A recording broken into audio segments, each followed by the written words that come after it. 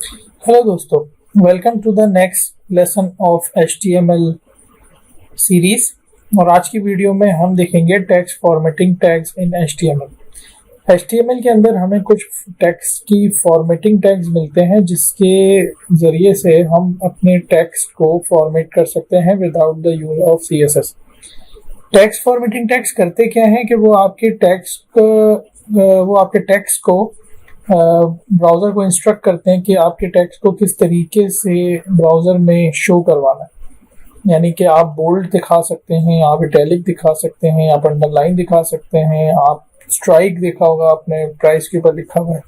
तो ये काम आप ऐसे CSS के ज़रिए भी कर सकते हैं, बट HTML क्योंकि अब दिन ब दिन पावरफुल होती गई है तो ये HTML भी आपको अलाउ करती है कि आप with the help of HTML आप ये काम HTML से कर सकते हैं।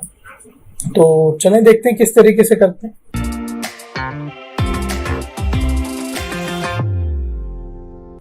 हम सबसे पहले बोल्ड टेक्स्ट से स्टार्ट करते हैं। बोल्ड टेक्स्ट क्या होता है हमारे पास, जो आप किसी भी, फॉर एग्जांपल मैं यहाँ एक P टैग लेता हूँ पैराग्राफ, और उसमें मैं एक डमी टेक्स्ट ले लेता हूँ जिसकी लेंथ मैं 20 वर्ड्स की कर लेता हूँ। तो ये मेरे पास एक डमी टेक्स्ट आ गया। ब्राउज़र में आप थोड़ा सा मैं टेक्स्ट बड़ा कर लेता हूँ तो आपको नज़र आ रहा होगा। सो अब मैं चाह रहा हूँ कि मेरे पास ये जो वर्ड है ये बोल्ड हो जाए, बाकी टेक्स्ट नॉर्मली रहे, ये टेक्स्ट बोल्ड हो जाए। तो वो बहुत आसानी से मैं कर सकता हूँ। मैं एक B टैग का इस्तेमाल करूँगा और जहाँ तक मुझे इसको बोल्ड करना है वहाँ तक मैं इसको क्लोज कर दूँगा। फॉर एग्जाम्पल मुझे यहाँ तक सिर्फ एक ही वर्ड को बोल्ड करना था तो मैं यहाँ इसको क्लोज कर दूँगा। तो ये हमारे पास बाकी पूरा टेक्स्ट नॉर्मल ही रहा है और हमारे पास सिर्फ हमने जिस वर्ड को बोल्ड करवाना था वो वर्ड बोल्ड हो गया है। तो एक हमारे पास बोल्ड टैग ये हमें अलाउ करता है कि हम बोल्ड कर सकते हैं। इसी तरीके से हम किसी भी वर्ड को हम इटैलिक भी कर सकते हैं। राइट, फॉर एग्जांपल आपने इसी टैग को चाहा कि आपका, मैं यहीं पे ये कॉपी कर लेता हूँ, पेस्ट कर देता हूँ, और ये जो बोल्ड है आपका, आप इसे ही चाह रहे हैं कि आपका यही टेक्स्ट इटैलिक भी हो जाए। तो बहुत आराम से आप ये काम कर सकते हैं आई टैग के थ्रू। मैं एक आई टैग लेता हूँ और जहाँ तक मुझे इसको इटैलिक करना है वहाँ पे ले जाकर मैं सिर्फ इसे पेस्ट कर दूंगा। तो यही मेरा टेक्स्ट अब बोल्ड भी हो गया और इटैलिक भी हो गया। तो बहुत सिंपल है हमारे पास HTML। तो वैसे भी आपने अंदाज़ा हो गया होगा कि काफ़ी सिंपल है, क्योंकि बोल्ड के लिए आपके पास B मौजूद है, पैराग्राफ के लिए आपके पास P मौजूद है, हेडिंग के लिए आपके पास H मौजूद है, इटैलिक के लिए आपके पास I मौजूद है, और इससे ज़्यादा आसानी क्या हो सकती है। इसी तरीके से अगर आप इसी ही टेक्स्ट को चाह रहे हैं कि मैं इसे ही अंडरलाइन भी कर दूं तो ये काम आप अगेन कर सकते हैं अंडरलाइन टैग के थ्रू। फॉर एग्जांपल मैं इसी ही टेक्स्ट को चाह रहा हूँ कि ये अंडरलाइन भी हो जाए, तो हमने इधर U टैग का इस्तेमाल करना है और जिस भी टेक्स्ट को हम जहाँ तक अंडरलाइन करना चाहते हैं हम वहाँ ले आके इसे क्लोज कर देंगे और यही टेक्स्ट मेरा, अब आप देख रहे हैं कि यही टेक्स्ट मेरा अंडरलाइन भी हो चुका है। बाकी सब हमारा नॉर्मल टेक्स्ट है और एक टेक्स्ट हमारा जो है वो अंडरलाइन भी है, बोल्ड भी है और इटैलिक भी है। मार्क टैग क्या करता है आपका? मार्क टैग आपके टेक्स्ट को थोड़ा डिस्टिंग्विशेबल बना देता है, थोड़ा सा हाईलाइट कर देता है कि जो बाकी टेक्स्ट से थोड़ा सा क्लियर, आप अगर किसी टेक्स्ट के ऊपर फोकस करवाना चाहते हैं या किसी टेक्स्ट के ऊपर आप चाहते हैं कि वो बिल्कुल मेन वर्ड है, वो कोई किसी भी चीज़ की अगर इम्पोर्टेंस है आप उसको शो करवाना चाहते हैं अलग से, तो मार्क टैग उसके पीछे एक बैकग्राउंड आपको दे देता है जो नॉर्मल टैग से बहुत ही डिस्टिंग्विश नज़र आता है। फॉर एग्जाम्पल मैं इसी टेक्स्ट को जो मेरे पास है ऊपर, मैं इसी टेक्स्ट को दोबारा कॉपी कर लेता हूँ और मैं यहाँ पे इसको मार्क का इस्तेमाल कर लूँगा। सो मार्क के लिए आपके पास मार्क ही का टेक्स्ट है, तो आपके पास हम इसी टेक्स्ट को मार्क भी कर देते हैं। तो आप अब देख रहे हैं यही टेक्स्ट अब बोल्ड भी है, इटैलिक भी है, मार्क भी है। तो यहाँ थोड़ा सा स्पेस दे देते हैं हम इसके बाद ताकि ये थोड़ा सा स्पेस आ जाए इसमें। तो ये बोल्ड भी है आपके पास, इटैलिक भी है, अंडरलाइन भी है, मार्क भी है। ठीक है, आप देख रहे हैं येलो कलर का बैकग्राउंड आ गया उसके पीछे जिसकी वजह से वो नॉर्मल टेक्स्ट से थोड़ा सा डिफरेंट दिखाई दे रहा है। इसी तरीके से हमारे पास प्राइस टैग, स्ट्राइक टैग होता है। स्ट्राइक टैग अब HTML5 से पहले होता था, HTML5 में आप SS टैग इस्तेमाल कर सकते हैं। और वो क्या है, फॉर एग्जांपल आपके पास एक ओल्ड प्राइस है और उसको आपने शो करवाना है और उसके ऊपर आपने क्रॉस दिखाना है। देखा होगा आपने ई कॉमर्स वेबसाइट्स के ऊपर होता है ये। फॉर एग्जाम्पल मेरी ओल्ड प्राइस जो थी वो 1999 थी और मुझे इसको क्रॉस करना है, तो ये आप बहुत आराम से कर सकते हैं एस टैग के थ्रू।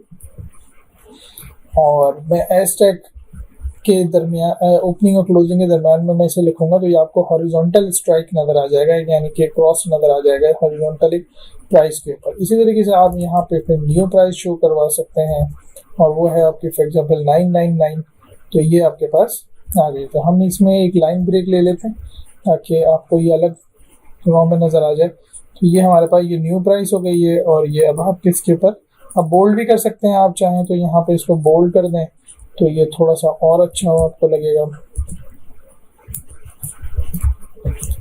और ये हमारे पास यहाँ पे ये बोल्ड हो गई प्राइस, राइट। सो इस तरीके से हम स्ट्राइक को इस्तेमाल कर सकते हैं।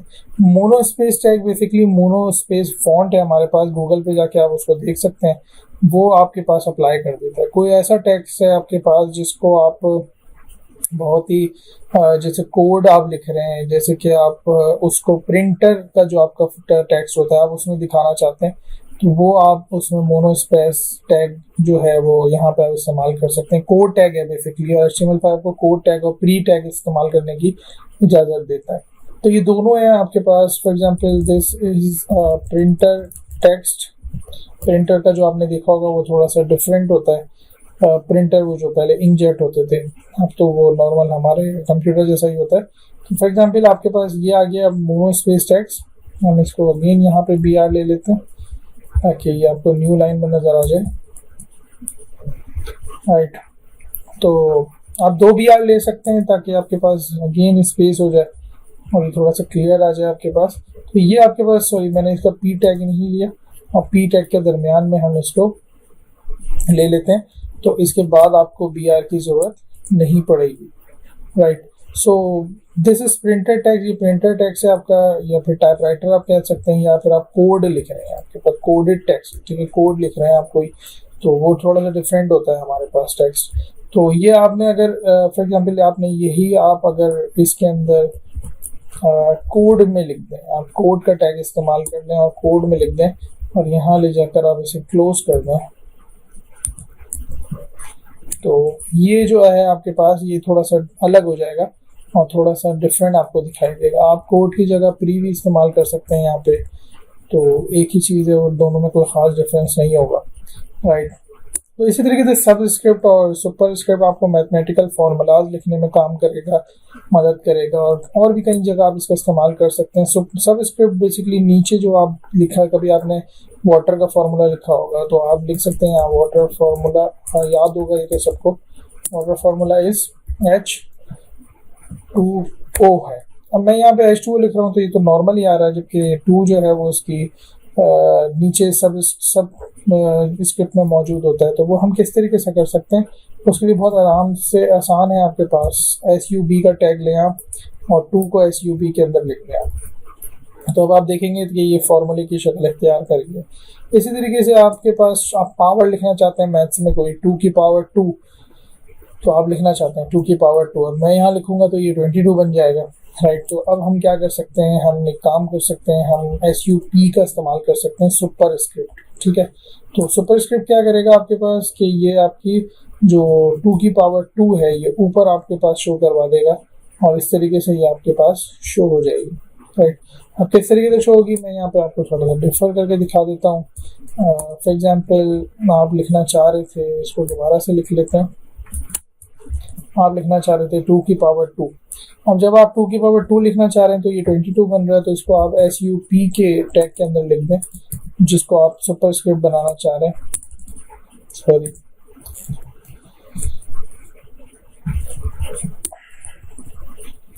SUP का टैग आप ओपन करें, SUP, और जो आपका जो भी आप उस पावर बनाना चाह रहे हैं वो आप इसके अंदर लिख दें, तो अब आपके पास ये 2 की पावर 2 शो हो जाएगी। तो ये मैथमेटिकल फार्मूलाज लिखने में आपको बहुत हेल्प आउट करेगा आपका ये वाला टैग सुपर स्क्रिप्ट और सब स्क्रिप्ट, और भी कहीं आप इसका इस्तेमाल डेफिनेटली कर सकते हैं।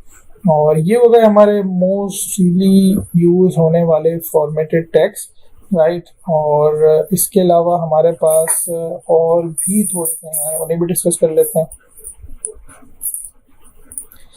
दो और टैग हैं हमारे पास इसके अलावा। एक है आपके पास एम्फेसाइज टैग, जिसको मैंने यहाँ लिखा नहीं है, मैं यहाँ लिख देता हूँ। इसके पास आपके पास एक है एम्फेसाइज टैग और एक है आपके पास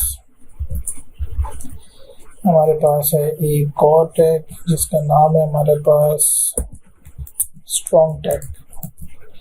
अच्छा, ये स्ट्रॉन्ग जो है वो बेसिकली बोल्ड और उसमें ज़्यादा फ़र्क नहीं है आपके पास, तो मैं आपको यहाँ पे लिख के दिखाता हूँ। हम एक पैराग्राफ लेते हैं, डमी टेक्स्ट लेते हैं उसके अंदर, और मैं यहाँ पे इस वर्ड को मैं स्ट्रॉन्ग टैग के अंदर लिख देता हूँ आपको। तो आप देखेंगे कि कोई ज़्यादा फ़र्क नहीं आएगा इसके अंदर। तो चलें इसके अंदर लिखते हैं हम स्ट्रॉन्ग, और जैसे हम इसके अंदर लिखते हैं तो आपके पास बिल्कुल बोल्ड वाला किरदार ही इसमें अदा किया है और इसके अंदर कोई ख़ासा फ़र्क नहीं है। तो एम्फेसाइज टैग आप इस्तेमाल कर सकते हैं। फॉर एग्जांपल इसका बहुत अच्छा सा यूजेज है और बहुत सारे लोग इसके बारे में जानते नहीं हैं। और मैं पहले तो बताऊं आपको, मैं एक डमी टेक्स्ट लेता हूँ, उसमें अगेन हमारे पास 20 वर्ड्स का। और एम्फेसाइज टैग जो है वो आपके पास क्या है, हम पहले से इसको फॉर्मेट कर लेते हैं। चलो, एम्फेसाइज टैग क्या है आपके पास इसमें, वो आपको हेल्प आउट करता है कि आप किसी भी वर्ड को स्क्रीन रीडर के लिए, फॉर एग्जांपल कोई शख्स है जो ब्लाइंड है और आपका कोई वर्ड है इंग्लिश में जिसके ऊपर आप बहुत एम्फेसाइज रखना चाहते हैं कि जब ज़ुबान से वो वर्ड अदा हो, जब ज़ुबान से वो जो वर्ड डिलीवर हो, तो ज़ुबान से जब वो वर्ड डिलीवर हो तो बहुत एम्फेसाइज उसके ऊपर आए।